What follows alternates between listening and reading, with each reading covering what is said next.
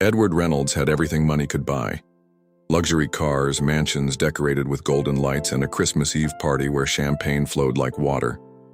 But even in the middle of his grand celebration, he felt a strange emptiness. While his guests laughed, Edward decided to step outside for air. Snowflakes fell gently on the city streets. Across the road, he noticed a small figure bent over a trash bin. It was a girl, barely 12, with messy hair and a torn coat. She was digging through the garbage, her thin hands trembling from the cold. For a moment, Edward froze. He had seen homeless people before, but something about this child struck him differently. She pulled out a half-eaten sandwich, brushed it off with her tiny fingers, and smiled faintly, as if she had found a treasure. Edward's throat tightened. His heart, used to contracts and profits, suddenly felt heavy. Why was a child spending Christmas Eve like this, while he wasted thousands on champagne? And then, he saw her lips move. She whispered softly, "Merry Christmas, Mom," before taking a small bite. Tears blurred Edward's eyes. He didn't even know why. But for the first time in years, he cried. Edward wiped his eyes quickly, embarrassed even though no one was watching. "A grown man crying over a stranger," he muttered, shaking his head. But he couldn't turn away. Something inside him pushed him forward. He crossed the snowy street, his polished shoes crunching against the ice. The girl didn't notice him at first. She was too busy wrapping the half sandwich in a napkin she had pulled from the trash. "Hey." Edward's voice came out softer than he intended. The girl flinched and turned, her eyes wide with fear. Her cheeks were red from the cold, her nose runny, and yet there was a strange brightness in her gaze. "I wasn't stealing," she stammered quickly, clutching the sandwich to her chest. Edward raised his hands gently. No, it's all right. I just wanted to ask, why are you out here? Don't you have a home to go to?" The girl bit her lip and shook her head. "Home?" She gave a sad little laugh. "I haven't had one in a long time." Edward felt his chest tighten. "What about your parents?" he asked carefully. Her eyes flickered downward. "Mom's gone. And Dad? He left when I was little. It's just me." She tried to sound strong, but Edward could hear the crack in her voice. He had closed billion-dollar deals, negotiated with the toughest businessmen in the country. Yet he had no words for this child. The silence stretched until finally Edward slipped off his leather gloves. He pulled out a crisp $100 bill from his coat pocket and extended it toward her. "Here," he said. "Get yourself something warm to eat." The girl's eyes widened, but instead of snatching it, she shook her head. "I don't take money from strangers." Edward blinked. He wasn't used to rejection, especially not when giving. You'd rather dig through garbage than take this?" The girl straightened her small shoulders. "Money disappears, food disappears, but kindness stays." Her words hit Edward harder than any business rival ever had. For a moment, he stood speechless. Then the girl turned away and walked toward a nearby alley, clutching her sandwich tightly as though it was a gift from heaven. Edward just stood there, the bill still in his hand, watching her vanish into the darkness. The snow kept falling, but now the world felt heavier, colder. And in that moment, Edward realized something terrifying. This little girl, with nothing but a piece of trash to eat, had more dignity than he did with all his wealth. Edward couldn't sleep that night. Even in his penthouse suite with golden chandeliers and warm fireplaces, his mind replayed the image of the little girl, clutching a half-rotten sandwich as if it were treasure. Her words echoed in his head. Money disappears. Food disappears, but kindness stays. For the first time in years, Edward felt small. The next evening, as snow thickened over the city streets, Edward found himself back near the alley where he had last seen her. He told himself he was only curious, but deep down, he knew he was searching. And then he spotted her.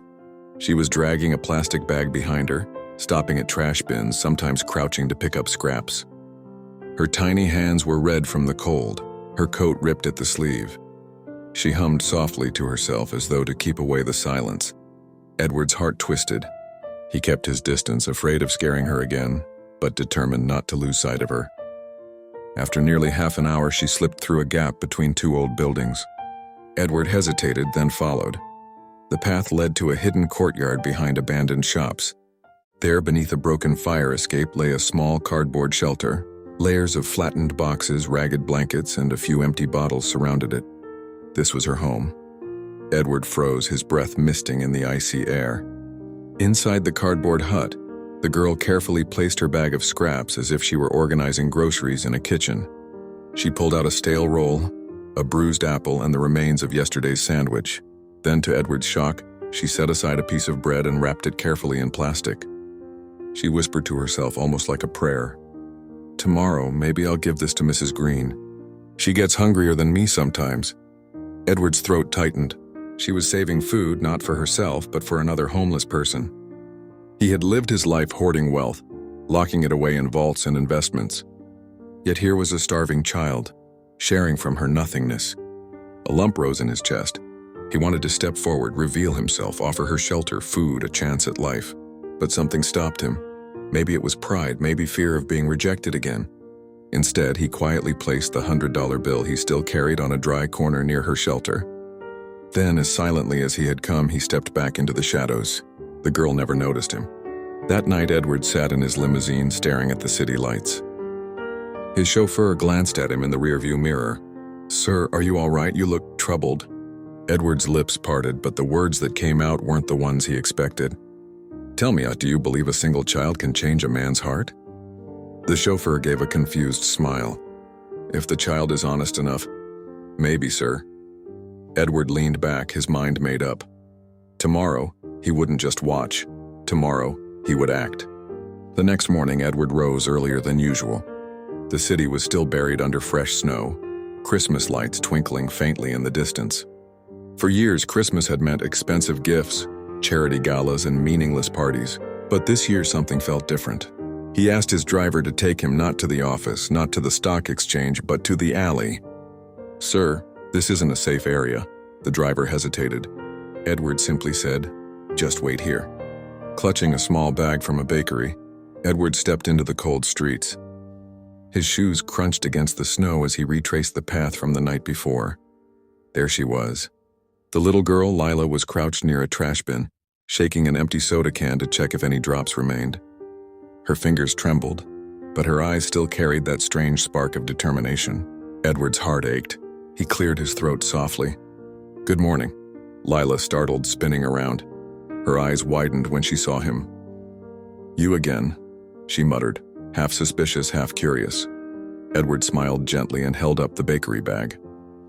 "I thought you might want something warm to eat. Fresh bread, maybe some muffins?" Lila stared at the bag as though it were a treasure chest. For a moment, hunger flashed across her face. But then, just as quickly, she crossed her arms and scowled. "I told you, I don't take money from strangers. Or food, I'm fine." Edward blinked, caught off guard. "Fine, Lila, you're out here in the cold." "You shouldn't have to," she interrupted sharply. "I've survived this long. I don't need saving." Her words cut deeper than Edward expected. He had built empires, bought companies, crushed rivals. But here he stood powerless before a child who refused his help. He took a careful step closer, lowering his voice. "You remind me of someone I used to know. Someone who never asked for help even when they needed it most. That person is gone now, and I don't want to make the same mistake twice." Lila's eyes softened for the first time. "Was it your daughter?" she asked quietly. Edward froze. The truth he had buried for years clawed its way back. His wife, long gone. His little girl, who had died at 7 in a hospital bed he couldn't buy her out of. He swallowed hard. "Yes," he whispered. For a moment, silence hung between them. Snowflakes drifted lazily through the air. Finally, Lila reached out and took the bag from his hands, not with greed, but with a kind of dignity. "I'll take this," she said, her voice small but steady. "But only because you look like you need me to." Edward almost laughed, though tears stung his eyes. This child, starving and homeless, was still protecting him. He watched as she pulled out a warm roll and carefully tore it in half. She ate one piece and then slipped the other into her pocket. "For Mrs. Green," she murmured. Edward frowned. "Who is Mrs. Green?" Lila shrugged. "An old woman who sleeps 2 streets down. She's sick sometimes.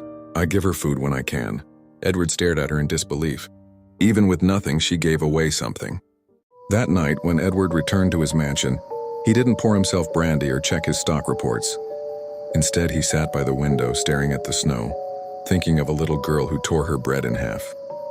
For the first time in decades, Edward felt the stirrings of something he thought he had lost forever: hope. The following evening, Edward couldn't sit still in his mansion. The tall Christmas tree in the center of his living room sparkled with ornaments worth more than most people made in a year. Yet all he could see in his mind was Lila's small figure, huddled near a trash bin, tearing her bread in half for a sick old woman. He knew one thing for certain: he couldn't let her spend another Christmas on the streets. Edward instructed his driver, "Prepare the car. We're going back to that alley." When he arrived, the place was quieter than yesterday. The snow had piled up higher, covering the trash bins. He looked around anxiously, and just when he thought she wasn't there, he spotted her. Lila was crouched beside an older woman wrapped in rags, Mrs. Green, no doubt. The little girl was tucking the other half of yesterday's bread into the woman's hands. Edward felt his throat tighten. He approached slowly. "Lila." She looked up, cautious again. "You came back?" "Yes," Edward said softly. He hesitated, then extended his hand toward her. "Come with me. Just for tonight, I can give you a warm place to sleep. No conditions, just safety." Lila's eyes narrowed. "And then what? You'll lock me up, sell me? People don't just give things, not without wanting something back." Her words hit Edward like a blade.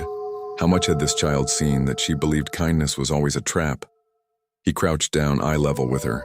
"Lila, I swear to you, I don't want anything from you. Just let me help even a little, please." The old woman, Mrs. Green, rasped weakly from the ground. "Child, maybe go. He looks different, not like the others." Lila bit her lip, torn. She looked at Edward's hand, then at Mrs. Green. Finally, she shook her head. "I can't leave her. She has nobody else." Edward glanced at the frail woman, her breathing shallow, her skin pale. A decision formed in his mind. "Then both of you, please. I have more than enough room." Lila's eyes widened. "Both of us?" "Yes." Edward's voice trembled. "I won't take no for an answer this time." For the first time, Lila looked unsure. She glanced at Mrs. Green, who gave a faint nod. Slowly, hesitantly, Lila reached out her small hand and placed it in Edward's. Edward's chest tightened. Her hand was ice-cold, fragile, yet holding it felt like holding the future.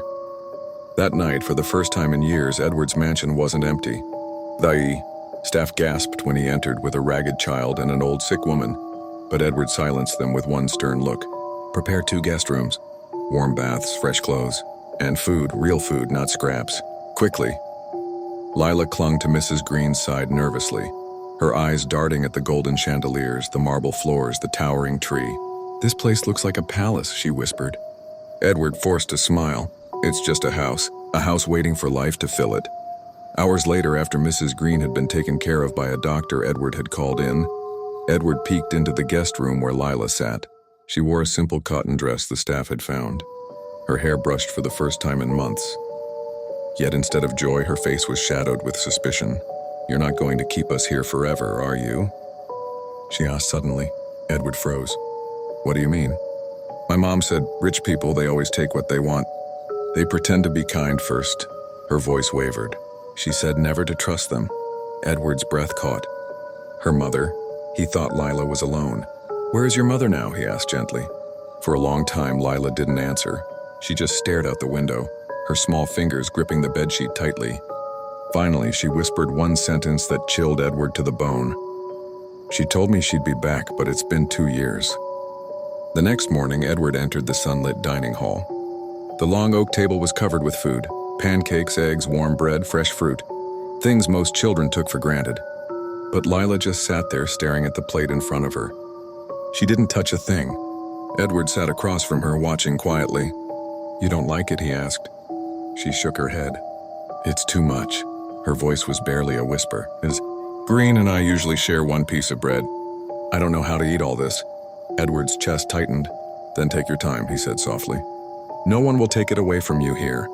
Lila's eyes darted toward him, suspicious again, as if waiting for the catch. She picked at the bread slowly, almost testing whether it was real. Edward froze, his throat went dry. Those words, they sounded hauntingly familiar. He had heard the same whispers years ago, during his rise to power in the business world. Deals that went wrong, rivals destroyed, secrets buried. Could it be? Lila noticed his expression. "You know something, don't you?" she asked sharply. Edward forced a calm smile, though his chest felt heavy. "No, nothing certain." But before he could finish, Lila suddenly stood up, her voice breaking. "If you know where my mom is, you have to tell me. You have to." Edward rose too, startled by her sudden burst of emotion.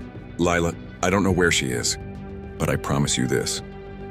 He placed a trembling hand on her shoulder. "I'll find out, I'll help you." Tears welled in her eyes. For the first time, the wall she had built around herself seemed to crack. "You'll really try," she whispered. Edward's voice broke. "I swear it." That night, after Lila had finally fallen asleep in her warm bed, Edward stood alone in his study, staring at the city lights outside. He clenched his glass of whiskey so tightly his knuckles went white. Because deep down he feared the truth.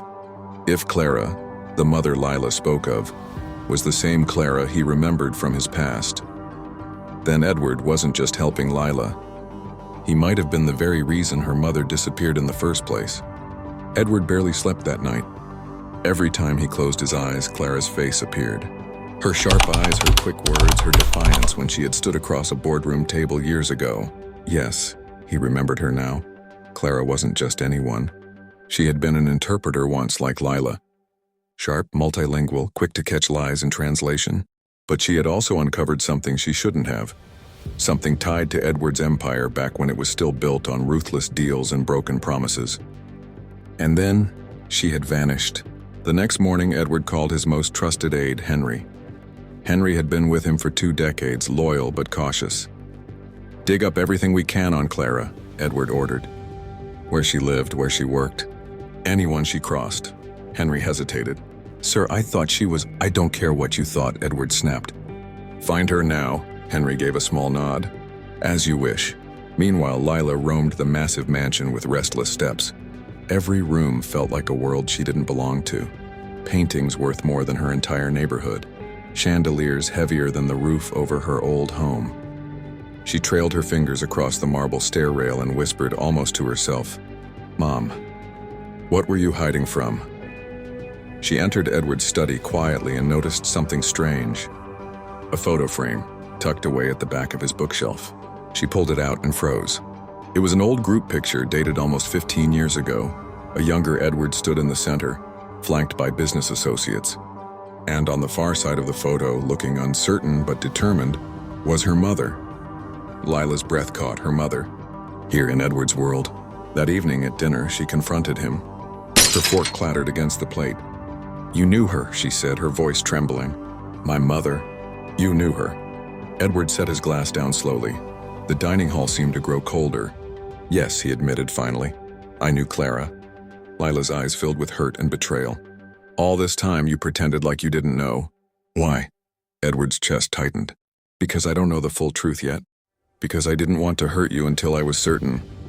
Lila pushed her chair back, standing. "You're hiding something just like she did." Edward rose too, desperate. "Lila, listen to me. Your mother was brave. She stood up against powerful people. But she disappeared before anyone could help her." Tears burned in Lila's eyes. "So you admit it, you're part of this." Edward's voice cracked. "I might be, and that's why I need to make it right." Later that night, Henry returned with a thin folder. Edward opened it in his study, hands trembling. Inside were newspaper clippings, scraps of records, traces of Clara's last known steps. One article stood out. Interpreter Clara M. exposes fraud in billionaire dealings. Disappears weeks later. Edward's breath caught. Fraud, billionaire dealings. His dealings. The headline might as well have been carved into his conscience. He sank into his chair, staring blankly at the papers. If Clara had been silenced because of him, then what right did he have to raise her daughter under his roof? But before he could drown in his guilt, he heard a small voice. "I saw the photo." Edward looked up. Lila stood in the doorway, clutching the frame she had found. Her hand shook, but her chin was raised in defiance. "You lied to me," she whispered. "You said you didn't know her, but you did. You were there." Edward's heart clenched. "Lila, I didn't lie. I just didn't tell you everything." Her eyes flashed with anger. "That's the same thing my mom always said. That secrets keep people safe. But secrets only break people apart." And with that, she turned and ran down the hall, leaving Edward with the photo, the folder, and the crushing weight of his own past. The night was unbearable. Lila tossed and turned in her enormous bed, but no silk sheet or velvet pillow could comfort her. The mansion walls felt like prison bars, closing tighter with every secret Edward refused to share. She finally sat up, wiping angry tears. "I don't belong here, I don't belong with him." She grabbed her backpack from the corner, stuffed it with clothes, her phone charger, and the small photo of her mother she always carried. She didn't want Edward's fortune. She didn't want his apologies. She just wanted the truth. And if she couldn't find it here, she would find it on her own. As she crept through the hallways in the dead of night, the house felt unnaturally still. Even the marble floors seemed to echo too loudly beneath her steps. Her chest thudded painfully, but her resolve hardened with every stride toward the exit. But just as she neared the front door, a faint glimmer caught her eye. It was coming from Edward's study. The door was slightly ajar, and inside, moonlight spilled across a desk cluttered with papers. Curiosity tugged at her. She knew she shouldn't, but her feet carried her inside. Her eyes swept over the mess of documents, folders, photographs, and then she saw it. An envelope, yellowed with age. Her mother's handwriting across the front. "To Lila, for when the time is right." Lila's breath hitched. Her trembling hands reached for it, tearing it open with desperate urgency. The letter inside was brief, but every word carved into her like fire. "My dearest Lila, if you are reading this, then I couldn't protect you the way I hoped. The world you're stepping into is dangerous. Powerful men will try to silence voices like mine, and perhaps even yours. But remember this. Edward is not your enemy. He is the key. Trust him only when you are strong enough to demand the truth. Until then, keep your head high and your heart steady. One day the secrets will find you. With love, Mom." Lila's knees nearly gave out. The paper crinkled in her grip as she pressed it against her chest. Her mother had written this. Her mother had mentioned Edward. And not with hate, not with blame, but with strange trust. She didn't understand. If Edward wasn't the enemy, then who was? "Lila," she gasped, spinning around. Edward stood in the doorway, his silhouette dark against the glow of the hall. His face looked haunted, as if he had aged 10 years in a single night. "You weren't supposed to find that yet," he said softly. Her voice shook with rage and grief. "You kept it from me, a letter my mom left for me, and you hid it?" Edward stepped closer, his hands slightly raised as if approaching something fragile. "I didn't hide it, I protected it. Because I wasn't sure you were ready." Lila's tears streamed down her face. "Ready for what? To hear that my whole life has been a lie? That my mom was tangled in your world, your crimes, your power games?" Edward's eyes glistened. "Not my crimes, not all of them. There are others, Lila. People you can't imagine. And his voice cracked. "I failed her." Silence stretched between them, heavy with everything unsaid. Finally, Lila clutched the letter tighter and whispered, "Then tell me the truth. All of it, no more lies, no more secrets." Edward closed his eyes, his chest heaving with the weight of years of silence. And when he opened them again, there was something different in his gaze. Something almost broken, almost pleading. "You deserve to know," he said quietly. "But once I tell you, there's no going back." Edward moved slowly into the study, closing the door behind him. "You lied to me," she whispered. "You said you didn't know her, but you did. You were there." Edward's heart clenched. "Lila, I didn't lie, I just didn't tell you everything." Her eyes flashed with anger. "That's the same thing my mom always said. That secrets keep people safe, but secrets only break people apart." And with that, she turned and ran down the hall, leaving Edward with the photo, the folder, and the crushing weight of his own past. The night was unbearable. Lila tossed and turned in her enormous bed, but no silk sheet or velvet pillow could comfort her. The mansion walls felt like prison bars, closing tighter with every secret Edward refused to share. She finally sat up, wiping angry tears. "I don't belong here, I don't belong with him." She grabbed her backpack from the corner, stuffed it with clothes, her phone charger, and the small photo of her mother she always carried. She didn't want Edward's fortune. She didn't want his apologies. She just wanted the truth.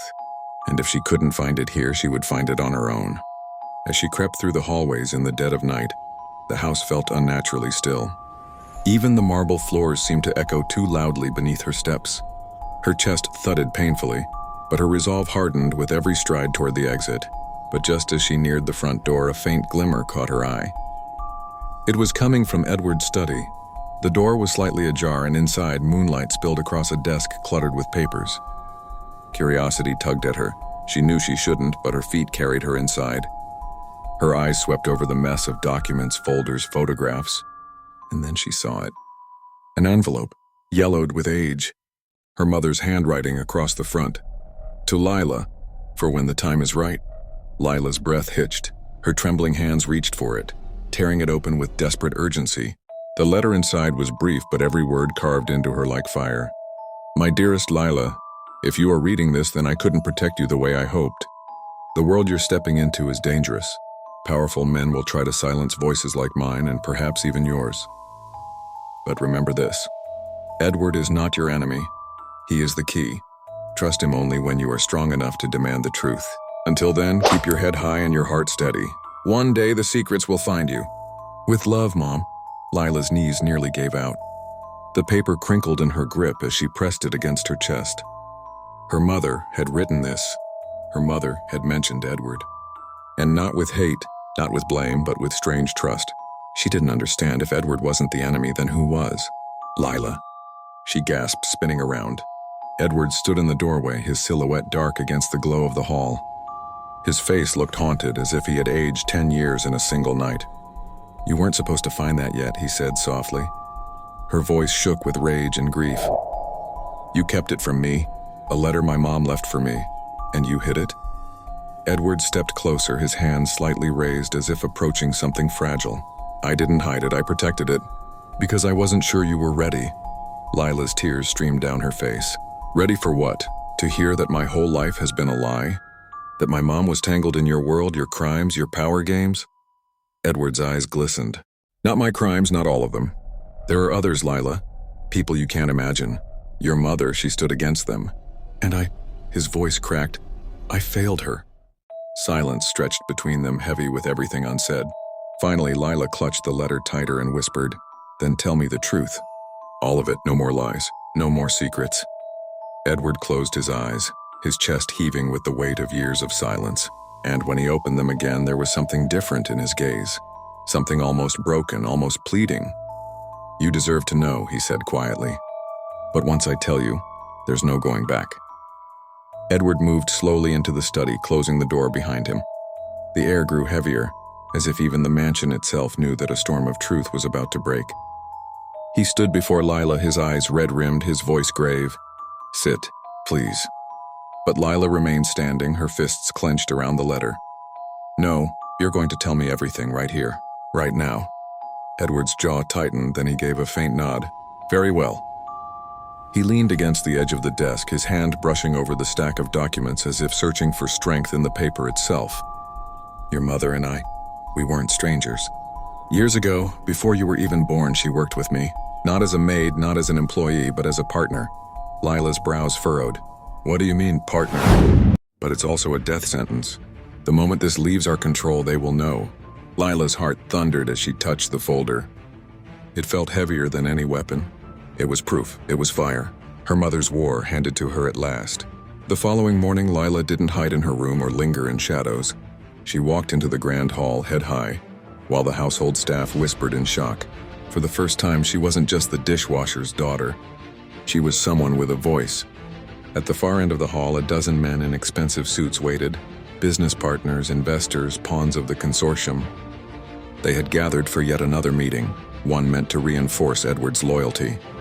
But today the script would change. The doors slammed open as Lila strode forward, her mother's fire burning in her veins. The men sneered at her presence, some muttering insults under their breath. Who allowed this girl here? She doesn't belong. But Lila silenced them with her voice, sharp and unshaken. My name is Lila, daughter of Maria, and I know exactly who you are. The room stilled. The name, Maria, was a ghost they thought buried long ago.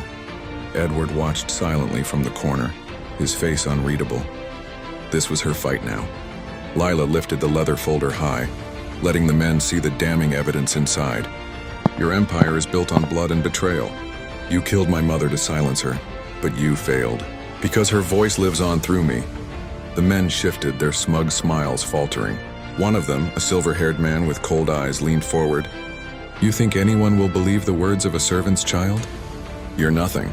Lila's hands trembled, but she did not waver. She remembered her mother's laughter, her strength, her whispered lullabies. And she remembered the line in the letter. When the time comes, speak even if your voice shakes. So she spoke. You may see me as nothing, but truth is greater than money, and truth is greater than fear. Every secret you've hidden, I will bring to light. At that moment, Edward rose from his seat. His presence commanded silence. For years, he had bowed to them, served them, betrayed himself for them. But now, standing beside his daughter, he let out a long, steady breath. She speaks for me as well. Gasps filled the room. A billionaire turning against them publicly, impossible. The silver-haired man's face twisted into rage. You're signing your death warrants. Edward placed a hand on Lila's shoulder. Maybe, but at least we'll die free. The following days were a storm. The evidence was released to the press, documents, recordings, names. Headlines screamed of corruption and conspiracy. Some members of the consortium fled, others were arrested, and a few tried to strike back. But the world was watching now. And for the first time, the shadows were forced into the light. Lila stood in front of her mother's grave weeks later, with Edward by her side. The wind whispered through the trees, carrying with it a quiet peace. I finally understand, she whispered, tracing the carved letters of her mother's name. You weren't just a mother, you were a fighter, and I'll carry that fight as long as I live. Edward's voice broke softly beside her. She'd be proud of you, more than I could ever be. Lila turned to him. For the first time, she didn't see only the cold billionaire. She saw the man torn apart by guilt, but trying to heal. We'll finish it together, she said, not for revenge, for her. That night, as the stars spread across the sky, Lila felt something she hadn't in years. Not fear, not grief, but strength. The dishwasher's daughter had taken the stage, and she wasn't leaving it, because the world would remember her name, not as the daughter of a billionaire, not as the child of tragedy, but as the girl who turned shadows into fire. In the end,